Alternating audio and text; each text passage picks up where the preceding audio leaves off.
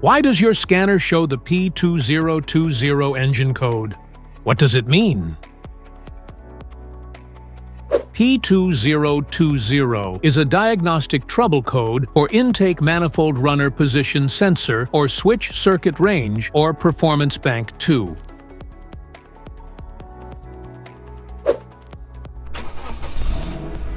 This engine code indicates that this means the ECM has detected an issue with the intake manifold runner control (IMRC) system on the engine's bank 2, or the side with cylinder number 2. Under this circumstance, short-distance driving is permitted, but your vehicle should be repaired as soon as possible.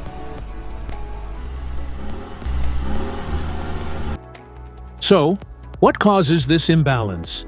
Here are the most common culprits. This error can be caused by these possible faults in your vehicle. Intake manifold runner issues, electrical problems, PCM problems, other potential causes.